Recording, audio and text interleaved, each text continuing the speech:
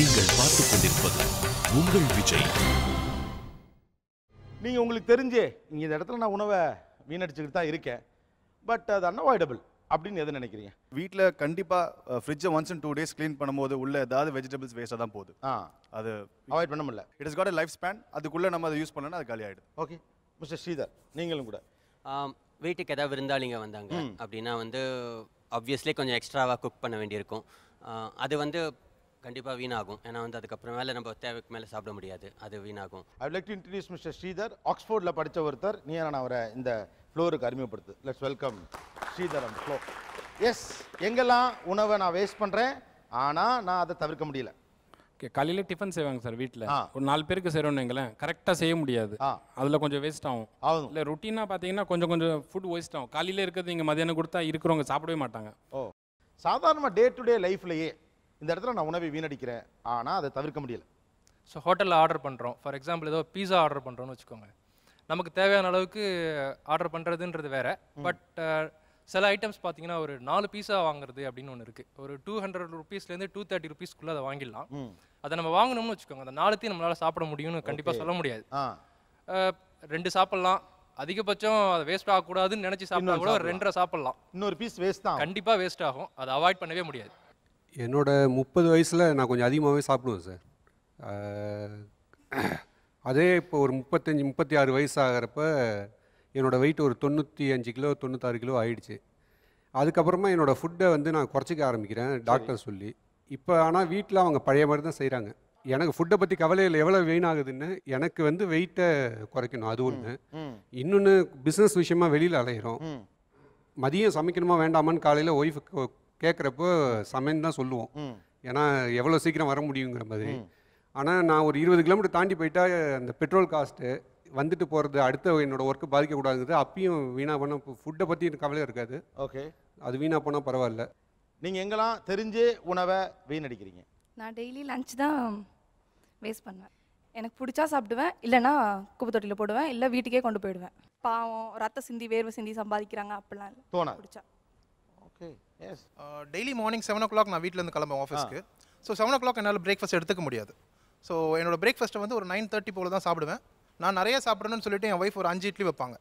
ஆனால் என்னோட கெப்பாசிட்டி 3 இட்லி தான். அது இன்னமும் நடந்துட்டு இருக்கு. ஸோ அந்த 3 இட்லியை சாப்பிட்டுட்டு மீதி 2 இட்லி நான் குப்பை தொட்டியில் தான் போட வேணும்.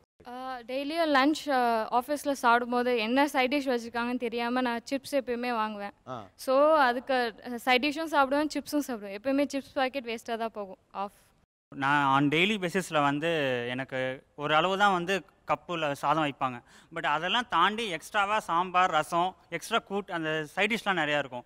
ஸோ ஒரு சர்டன் திங்ஸ் அந்த சாதத்தை முடித்த உடனே அந்த மீதி இருக்க குழம்பு, ரசம் இதெல்லாம் மீதி ஆகிடும். ஸோ அதை வந்து என்னால் வீட்டுக்கு எடுத்துகிட்டு போக முடியாது. அதே சமயம் கீழே கொட்டி தான் ஆகணும். பத்தாம போயிடுமோன்னு அவங்க கூட கொடுப்பாங்க, ஆனால் அதை வேஸ்ட் பண்ண வேண்டியது. வேஸ்ட் பண்ண முடியாது. எஸ், ஒரு டயட் கான்ஷியஸ், ஒரு தொப்பெல்லாம் கொஞ்சம் அதிகமாக இருக்குது, கொஞ்சம் குறைக்கணும் அப்படின்ற ஒரு விஷயத்தினால டயட்டில் இருக்கணும்னு சொல்லிட்டு மார்னிங்லேருந்து சாப்பிடாம வந்து நைட் தான் சாப்பிட்ணும் அப்படின்னு நினைப்பேன்.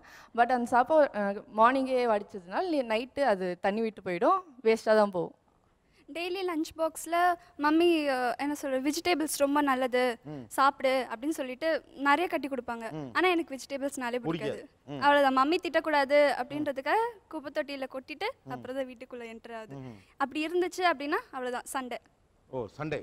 ஓகே, ரொம்ப நாள் கழிச்சு நீயானால ஒரு பொண்ணு வந்து அம்மா மம்மின்னு சொல்லுது. ஆக்சுவலாக இப்போலாம் அம்மா தான் சொல்கிறாங்க நிறையா. மம்மிலாம் ரொம்ப குறைஞ்சிருச்சு. சாப்பாட்டு மேலே வந்து ஒரு ரெஸ்பெக்ட் இல்லாதனால அது ஒரு வேஸ்ட் ஆகுது. ஃபுல்லாக பிஸி ஷெடியூல் இருக்கனால நான் வந்து ஒரு சாப்பாடை ரெஸ்பெக்ட் பண்ணுறது இல்லை. அது எல்லாருமே பிஸியாக இருக்கணும், டைமே இல்லை. பார்த்தீங்கன்னா ஃபுட்டெல்லாம் வாழ்க்கையில் ஒரு விஷயமே இல்லை. ஆக்சுவலாக இது ஒரு ஆட்டிடியூட் கேரி டெவலப் ஆகிட்டே இருக்குது. ஓகே, எல்லாம் ஆக்சுவலாக வெட்டியாக ரொம்ப நேரம் நம்ம ஸ்பெண்ட் பண்ணிட்டு தான் இருக்கோம். டிவி ரொம்ப நேரம் பார்த்துக்கிட்டே இருப்போம். பட் நமக்கு வந்து நம்ம பிஸியாக இருக்க மாதிரி ஒரு ஃபீலிங் அப்படி டெவலப் ஆகிறோம். என்னுடைய கேள்வி இந்த பக்கம் என்ன அப்படின்னா, சமீபத்தில் நீங்கள் பார்த்ததில் இப்படி உணவை இந்த இடத்துல இங்கே இப்படிலாம் வேஸ்ட் பண்ணுறாங்களே, வீணடிக்கிறாங்களேன்னு உங்களுக்கு இது அநியாயம் அப்படின்னு உங்களுக்கு வைத்தறிச்சல் பட்ட விஷயம் எது? இல்லை சில கல்யாண வீட்டுகளில் குழந்தைய பக்கத்தில் உட்கார வச்சிருப்பாங்க பந்தி பரிமாறும்போது அந்த குழந்தைக்குன்னு தனி இலை பெரியவங்களை வைக்கிற அத்தனை ஐட்டமும் அந்த குழந்தைங்க இதாங்க கவனிச்சு பேசுறதுங்கிறது. அது வந்து இல்லைங்க வேணாம் குழந்தை அழுது சும்மா உட்கார வச்சிருக்கா அப்படி சொல்லலாம். அது கிடையாது, அது பிரஸ்டீஜ் இஷ்யூ. அது என்ன வைக்கணுமோ அது ஃபுல்லாக வச்சிடணும். அந்த குழந்தை சாப்பிடலன்னா அது இழுத்து கீழே வர போட்டுரும். அது நடந்து போகும்போது சில சமயம் அதை மிதிக்க வேண்டியிருக்கும் பாருங்க சார். அப்படியே அவ்வளோ ஆத்திரமா வரும் எனக்கு. சரியா பேசுறாங்க சார். எங்கள் வீட்டில் கெஸ்ட்டு வரேன்னு சொல்லுவாங்க சார். 2 பேருக்கு சமைச்சு வச்சுருப்போம். அப்போ கெஸ்ட்டு வரேன்னு சொல்லும்போது சரி அறக்க பறக்க அவங்களுக்கு என்னென்ன வேணுமோ எல்லாத்தையும் செஞ்சு வச்சுருப்போம். வந்துட்ட பிறகு ஐயோ நான் ஹோட்டலில் சாப்பிட்டு வந்துட்டேன் டைம் ஆகிடுச்சி அப்படின்னு எவ்வளோ கஷ்டப்பட்டு அவ்வளோத்தையும் செஞ்சுட்டு கடைசியில் என்ன எல்லாம் நான் ஹோட்டலில் சாப்பிட்டு வந்துட்டேன் என்னால் சாப்பிட முடியாது அப்படி சொல்லுவாங்க. அப்போ எவ்வளோ ஒரு வேதனையாக இருக்கும் சார். நான் சமீபமாக ஹோட்டலில் சாப்பிட போகும்போது பார்த்தேன், ஒரு ஃபேமிலியில் வந்திருக்காங்க, கொஞ்சம் ரிச்சான ஃபேமிலியாக இருக்காங்க. வந்த உடனே அந்த மெனு கார்டை எடுத்து பார்த்துட்டு அவங்களுக்கு வேண்டியது பார்த்துட்டு பசங்க கிட்ட கொடுத்துட்றாங்க. அந்த பசங்க கையில் எடுக்கும்போது அதுங்க பசியாக இருக்கிறதுனால என்னோ இது வேணும் இது வேணும் இது வேணும்னு சொல்லிட்டு எல்லா மெனுவில் இருக்கிறதெல்லாம் பார்க்கும்போது அதுங்க அந்த ஆர்வத்தில் சொல்லும்போது பேரண்ட்ஸ் அதை பார்த்து இது போதும்னு நினைக்கணும். அவங்க குழந்தைங்க விருப்பம்னு நினச்சி எல்லாத்தையும் ஆர்டர் பண்ணிடுறாங்க. ஒரு ஃபுட்டுலேயும் பார்த்தீங்கன்னா ஒரு வாய் எடுத்து சாப்பிட்ட பிறகு எனக்கு இது போதும் எனக்கு இது போதும்னு சொல்லிட்டு அந்த டேபிள் ஃபுல்லாகவே பார்த்தீங்கன்னா அவ்வளோ ஃபுட் ஐட்டம்ஸ் இருக்குது. எல்லாம் ஒரு வாய் எடுத்துட்டு அப்படியே அதை வேஸ்ட் பண்ணுறாங்க சார். உண்மையிலே பார்க்கும்போது மனசு ரொம்ப தவிச்சு போச்சு எனக்கு. ரொம்ப ஜென்னினாக பேசுகிறாங்க. நான் சமீபத்தில் ஒரு கல்யாணம் போயிருந்தேன் சார். அதில் வந்து கிட்டத்தட்ட ஒரு 30,000 மதிப்புள்ள ஒரு ஃபுட்டு அங்கே தயாரிக்கப்பட்ட அந்த ஃபுட்டை வந்து திருமணத்தில் மீந்து போச்சு. ஆமாம், அது ரொம்ப அது மீந்து போகுதுன்னா சாதாரண மீந்து போனது இல்லை சார். அது வந்து அது ஒரு வண்டி நிறைய இருந்தது. அது என்னால் சத்தியமாக பொறுத்துக்க முடியாது சார். பிகாஸ் அவன் நாட்டில் வாடுறதுக்கு வேஸ்ட்டு சார். அவ்வளோதான் என்னால் சொல்ல முடியும். இப்போ கல்யாண வீட்டில் வந்து பஃபே சிஸ்டம் தான் சார் பண்ணுறாங்க. நிறைய வெரைட்டி, அது தேவையே இல்லை சார். அவ்வளோ காசு தன்னோட ப்ரெஸ்டீஜை காமிக்கணும் அப்படின்ற இடத்துல அங்கே வந்து அப்படி காமிக்கிறாங்க. அவ்வளோ வெரைட்டியை கொடுத்து அது பண்ணும்போது ஒரு மனுஷனால் ஒரு பஃபேல அவனோட காசு வந்து 400 300 போது ரொம்ப வேஸ்ட்டு, முடியவே முடியாது.